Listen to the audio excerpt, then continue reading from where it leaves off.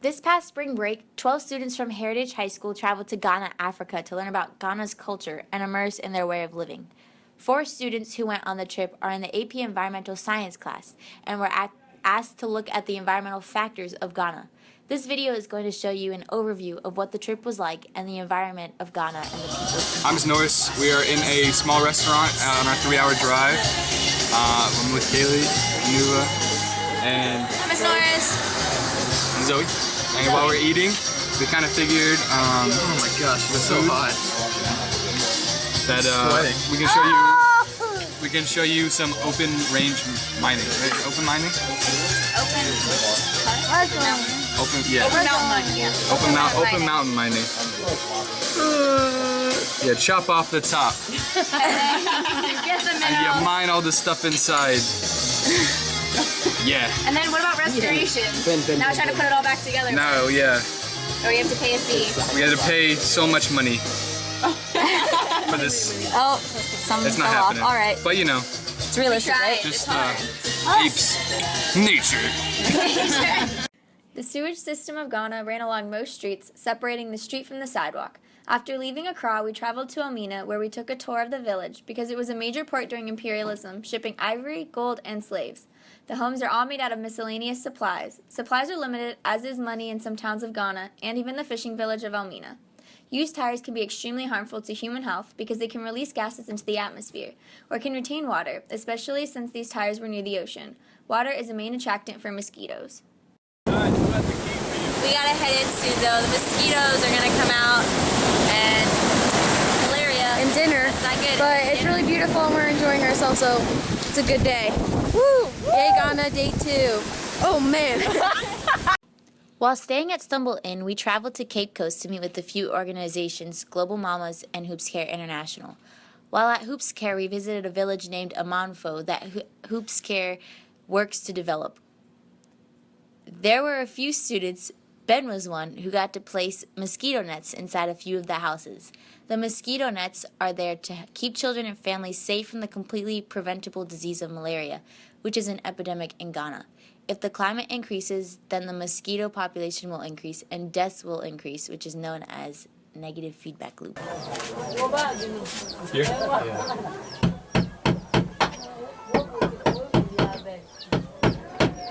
After our visit with Hoops Care, we met with another organization in a village called Asafa. One Love Foundation works on community development, and they chose Asafa and have been working mainly on the education within the village. We met with some great kids, and the leaders of the nonprofit were amazing to talk with. While we were there, we tried some coconut that had no sweeteners or added preservatives. I'm just thinking that.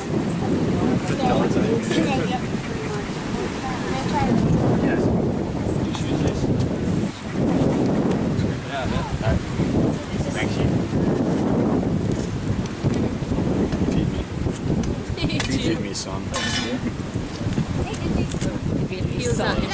you do it under the Oh, you do it skin, right, yeah, you've got to do it under the skin so that you get all the meat. There you go. Somebody want to split this? I'll try some. Yeah.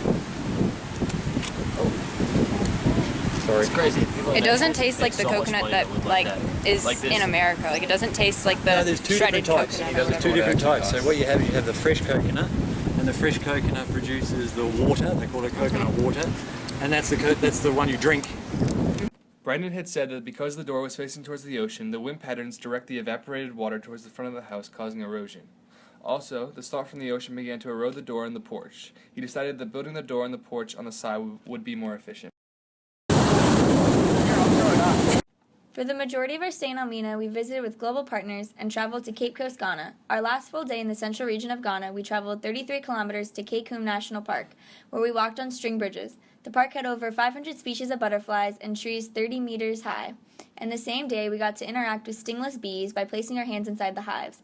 There are 3 types, black, and those are shy, brown the active ones, and tiny ones that almost look like gnats. They are really important to the farming and can only live in tropical climates. Their honey can be manufactured for medical use or for eating. Oh, I hate smiling. After resting in Accra for a day, we traveled to APES Ghana, where we stayed with an organization called Roots Yard. Roots Yard was started by a couple who wanted to help develop the community in APES. Rasta Bob lived in the area while growing up and wanted to return to better the area as he had bettered himself. Roots Yard took an interest in the local elementary school and also built a skate park for the children of APES. Roots Yard also took an interest in Project Wisdom and let us stay with them. While there, we met great kids, farmed, and tried to live as close to the Ghanaian lifestyle as possible. Ian, talk to us about showering in Ghana. Well, for one, it's outside. For two, the water's freezing. And third of all, you have to turn the water off every time you put shampoo on. And this is actually a nice shower. More often than not, you're using a bucket. So it's not glamorous, but it's worth it. Let's go. Why is it worth it? Because you get to learn about new things here. This is some people's regular, everyday routine. Why would I not want to learn what everyone else in the world is doing? True. One of the many struggles of traveling in a developing country, you have to do some laundry every now and then, and It is awful. it's fun at first, maybe the first few shirts, but then it gets Terrible. It's pretty terrible, pretty grueling, and it hurts your hands, and it's just not that fun. I've been out here for an hour, and I've gotten about 4 shirts done. While there, Project Wisdom decided to help rebuild the roof of for the KG classrooms. We paid for the supplies and then put in some hard labor of carrying and treating the wood that would be used. We decided not to actually build the roof or wall and instead hired the local craftsmen to build, adding to the economy.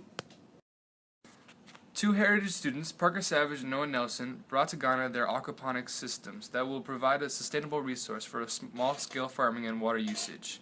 Operation Seed took effect in APES Ghana.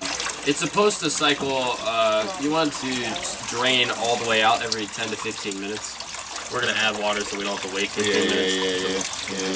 Tell me when. Keep going. Oh, right. Too far. But so it created a vacuum, and now watch, it'll drain all the way down. Because the water is above all those holes. Yeah. Right, and then it sucks the air out, and then it's like a toilet, it flushes all the way in here, you can actually look in here. That's fantastic. So this is the bell siphon. It's actually, it's just in there creating a vacuum, and then the water's draining out. And that's where the fish. Exactly. That's really big. So then the vacuum will break, and it'll begin to refill again. And this down here can be bigger than that. What do you need them for? Just for our purpose, demonstration purposes. Yeah. Where are they? What did Noah say? So, Noah said he has them. Noah and Parker, did you say it is? Leaving APES may have been the hardest goodbye for some. We gained knowledge of the local language, Ewe, made friends, walked to school, and became closer as a group. After leaving APES, we headed to another great city known as Kitasi. Mr. McLeod has personal ties to the school, Wisdom Academy. He taught there for years before returning to the States. Nature. Ben, it's supposed to be in unison. Thanks for watching.